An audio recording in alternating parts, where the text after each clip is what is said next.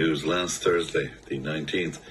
At Cashel District Court, 3 members of the same family received 13 months in jail sentences after pleading guilty to a combined 8 charges under the Animal Health and Welfare Act. The ISPCA Senior Inspector, Lacey, joins me now. Alice, good morning to you. Good morning, how are you? I'm very well indeed. Thank you so much for your time today. I was just reading what you said. You reflected on the case, Alice. You said it was one of the worst cruelty cases that my colleague and I have dealt with. It was just dreadful, wasn't it? It was, yes, and I think it was just the gravity of the situation. I think that hit us when we arrived on the 26th of May in 2021, and, you know, around every corner there was another dog and another dog and another dog.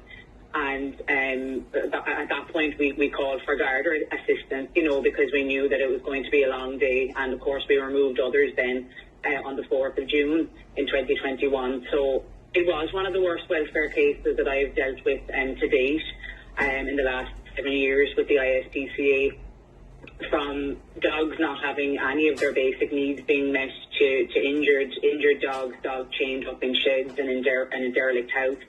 It was just, it was harrowing, really, to be there on those days and removing those animals. I was looking at some of the images, and it's certainly not for the faint-hearted, Alice. I don't know how you do what you do, but they were starving. Yes, and I guess there were many different elements of animal welfare to this case. It kind of encompassed everything from the living conditions of the animals, the way that they were being housed, no access to fresh drinking water, not being able to express their normal behaviour, I guess, as dogs, because the majority of them were either confined in small spaces or tethered or chained up right where they were standing. You know, one dog in particular, I think they had posted that story online as well. One of those dogs was chained so tightly that he was in a hunched over position. He couldn't actually move, get into a shelter or sit down, anything. He was just in that one position, and that chain had actually started to cut into his neck, and we needed to use a bolt cutters to actually remove it at the time. It was awful. The dog, many different breeds there. What was the notion behind it? I mean, have they intended to sell these dogs? What was the story there, or do you know, Alice? So there were litters of pups there as well. There were 2 litters of pups that we removed, and we also removed a heavily pregnant lurcher as well. And only a couple of days later, she gave birth to 8 healthy pups. But those dogs were basically just housed and kept on the property. For what purpose? There was obviously breeding going on as well. But I think those dogs were just there because I guess the people wanted them. That was it. I can see no other reason for it, only that they wanted those dogs and to keep them housed like that. The decision by the judge, and in fairness to Judge O'Shea, very, very outspoken about this on passing sentence as well. Will this show, is this an example now that there will be repercussions? I think so. We're delighted with the outcome on Thursday from Judge O'Shea. And one thing I will say is, I mean, when I started with the ISPCA just over 7 years ago, I remember at the time cases that were brought to court, even just 7 years ago, people would get a large fine, for example, but it wasn't as common for people to get custodial sentences, not suspended, and large fines and disqualifications from owning animals. I think as the years have gone on and more welfare cases have been brought to court, the judges are becoming more aware of the issues that are in Ireland regarding animal welfare, and they're taking steps to, I guess, increase the sentencing for people. So, the 25-year disqualification for all 3 family members, and the fines imposed, the costs. I hope that it will pave the way as well for future cases to come. Yes, and hopefully precedent will be set, which is the main thing, isn't it? That the case will be followed for the future as well. How do we compare in terms of other countries and the law around looking after animals? How do we compare, particularly to the UK, Alice?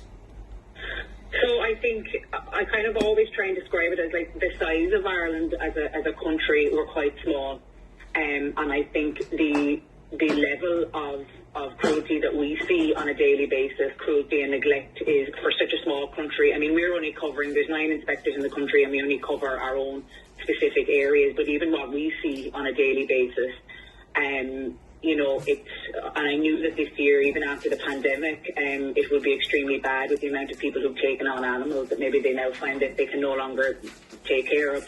We have the legislation there. We have the Animal Health and Welfare Act, which came in 2013, and it came into force in March 2014.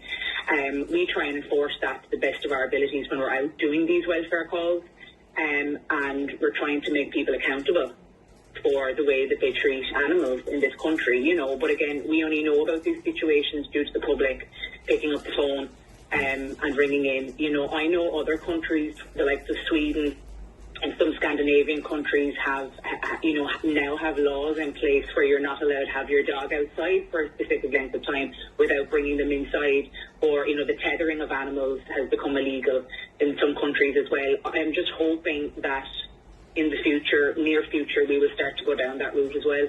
Right. Do we need more wardens as well to police this?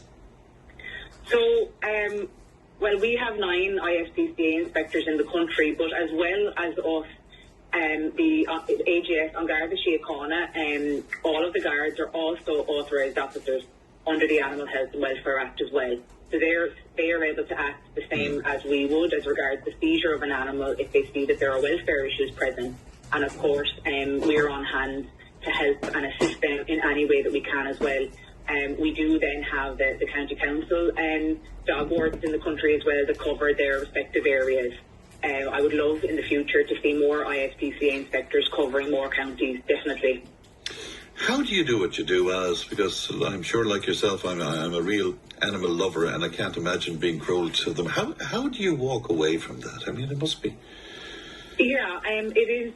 I guess I think I go into a certain type of mode when I'm on a welfare call. For example, this call with the 27 dogs that was finalised last week, I was there with my colleague, Inspector Carol, on both of those days as well, and we got into work mode where we knew after every animal had been removed and taken to safety, then it was the time to reflect on everything. Then it was the time to think and to get upset and dejected about that situation. But afterwards, when we're in that moment, we're just trying to do things as efficiently as we can to get those animals out.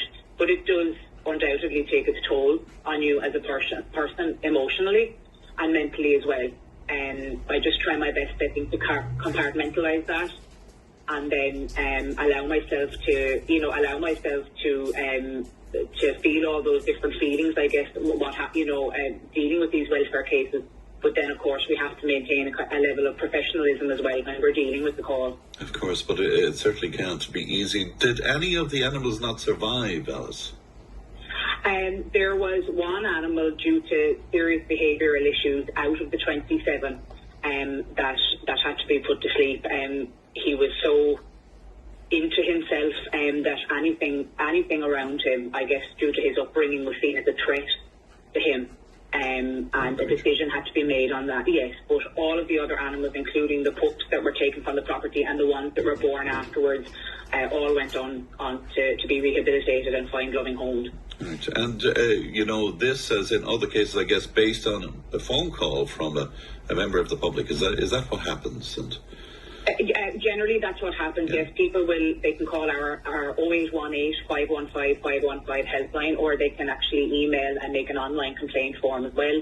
Then those calls are passed on to whatever area they're for, to the relevant inspector, and then we go out and deal with the welfare calls. But as I said, we don't know about any of these welfare issues unless people, continue to pick up the phone and ring in about them. Well, congratulations on the wonderful work you do, Alice. As I say, I couldn't do it. I think you're terrific. Thank you for coming on with me. Thank you. Thank you, Fran. Thanks so much. Good morning to you. That's ISPCA Senior Inspector Alice Lacey speaking to me there and reflecting on the case. She said it was one of the worst cruelty cases that my colleague and I have dealt with over all of the years. So there you go. And